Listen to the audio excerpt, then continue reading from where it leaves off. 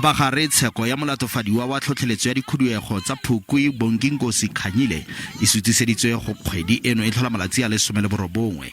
Seno ke morago ga gore babueledi ba ga Khanyile ba bolelele kgotlatshekelo gore ba tlhoka nako go sekaseka ditokomane tse puso e di banetseng thari. Gape kgotlatshekelo e begetswe gore Khanyile o thapile babueledi ba bangwe. Khanyile ke mongwe wa ba 19 ba ba tshwereng ngwaga o fetileng ka ditatofatso tsa go tlhotlheletsa dikhuduego. O lebaganwe le ditatofatso tsa go tlhotlheletsa dikhuduego le go ikgatolosa melawana ya COVID-19 e neng e iletsa dikopano. Ka nako ya kopo ya bail ya ga Khanyile, kgotlatshekelo e begile fa go na le kgatiso ya video e bontshang fa a ne a buisana le batho kwa mafelong a farologaneng.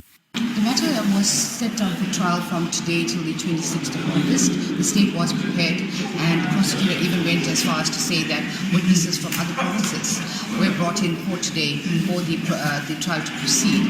However, we heard from the defense counsel that, 2 points really. Firstly, that the accused in the matter wanted more time to brief counsel for his case, and secondly, and I think more importantly, he advised that he had received documentation from the state at a very late stage, which was only the past Saturday.